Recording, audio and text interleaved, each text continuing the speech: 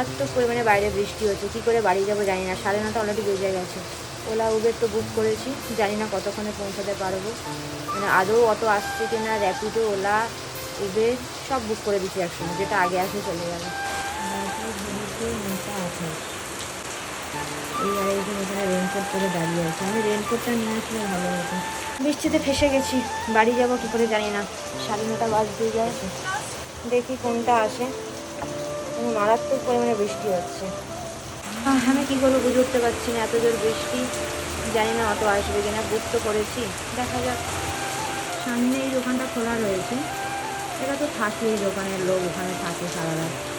এই একটা দোকান আছে, এই দোকানটা এদের বাইক এনাদের, ওনারা বাইকে যাবেন বলে ওই দোকান খোলা রেখেছে। পারবো, দেরি তো হবে আজকে। রেনকোটটা আনলে ভালো হতো, পরের দিন থেকে রেনকোট নিয়ে আসতে হবে দেখছি, নাহলে ছাতায় যাওয়া যাবে না, অসম্ভব।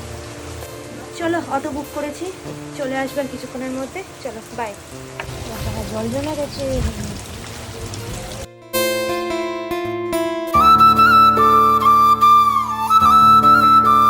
সেন্ট জেভিয়ার স্কুলের সামনে দাঁড়িয়ে আছে, ওইখানে যাই।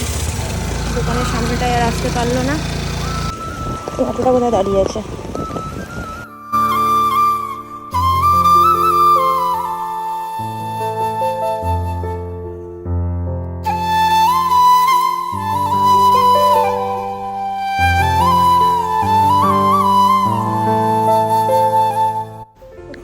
ফাইনালি চলে আসলাম ঘরে, বাইরে প্রচণ্ড জোর বৃষ্টি হচ্ছে। তো আজকের ব্লগটা এইটুখানি ছিল।